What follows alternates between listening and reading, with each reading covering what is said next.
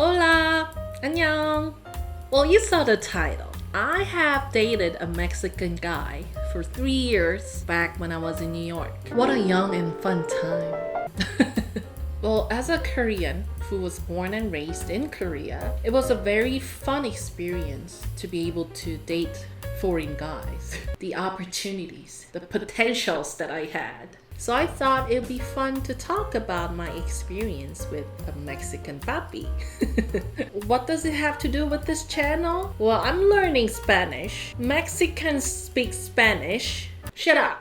Disclaimer. Obviously, what I'm about to talk about is based on my personal experience. The Mexican guy I dated might be a very unique one, and I don't mean to stereotype all the Mexican guys in this video. This is something personal, alright? One of the most interesting experience was the language barrier. Obviously, I didn't speak any Espanol. He didn't speak any Korean. My English was good enough to communicate, but he was very new to the language. So at the beginning of our dating, it was very hard to understand each other, like at all.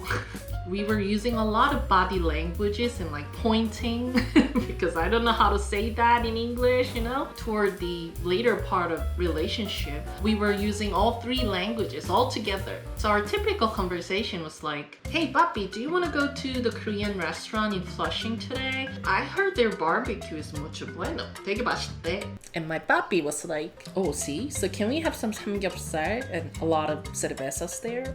배고파. Of course, vamos. Might sound chaotic, but it worked.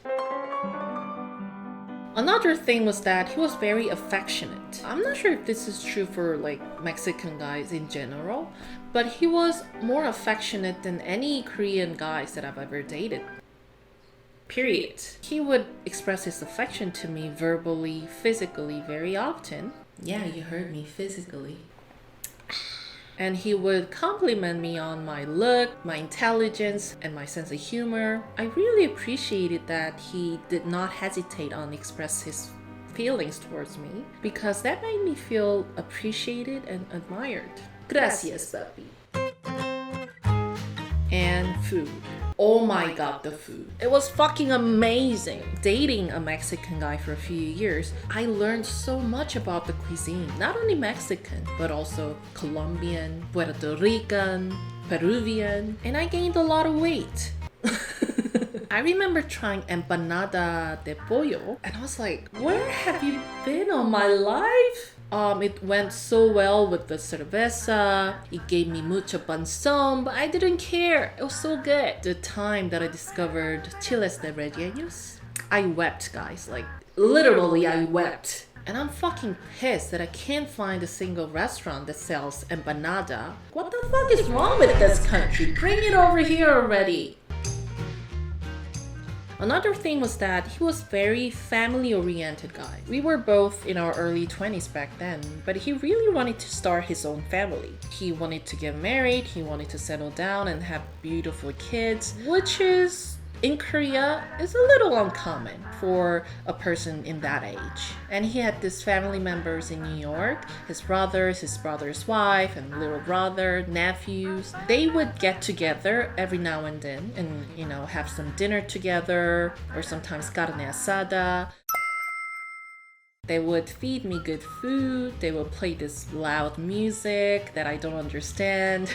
They will have like a mountain of cerveza going on. And because I did not have any family member in New York, I felt really warm whenever I was invited to their family time. It was really fun experience culturally, but also it really made me feel at home. And I thought the way they maintain a close relationship to their family is similar to the way we do in Korea, the way they raise their kids, the way they care so much about their parents, and I loved it. Last thing, optimism. I'm not sure if this is the word that can fully describe what I'm about to talk about, but yeah, I felt like he was a very optimistic guy. I'm the type of person who's very realistic and practical. What am I gonna do after college? What type of profession am I gonna have? What if I cannot pay my rent next month? My Mexican ex, on the other hand, was the type of person who lives in the moment. He worked hard, but he didn't worry too much about what's gonna happen next year. And honestly, this difference between us very often became a reason of our argument. Me, like a nagging wife, what you're doing now doesn't seem promising. You might want to come up with another plan for your future. And he's like, oh, I have this figured out, don't worry about it, you know? But now that I think back, neither of us was right or wrong. We were just very different. Despite all the things that I mentioned so far, I do feel like dating a Korean guy, dating a Mexican guy, at the core, it's pretty much the same. Bottom line is, one person loves other person, the other person loves him back, and they're in a romantic relationship. They would make love, they would fight, they will break up. I think it's pretty much universal. You know, overall, I really appreciate that I had an opportunity to date a Mexican guy and learn their culture. It was such a nice and warm experience. And even though it's been forever since we broke up, we're still in touch. We would talk sometimes and we're on good terms. And I'm really glad that we remained as friends. Aww. I'm becoming a little nostalgic and it's making me very awkward, so I'm gonna shut it now. I hope you liked the video. If you did, please press like and leave a comment below. Okay, adios. 안녕.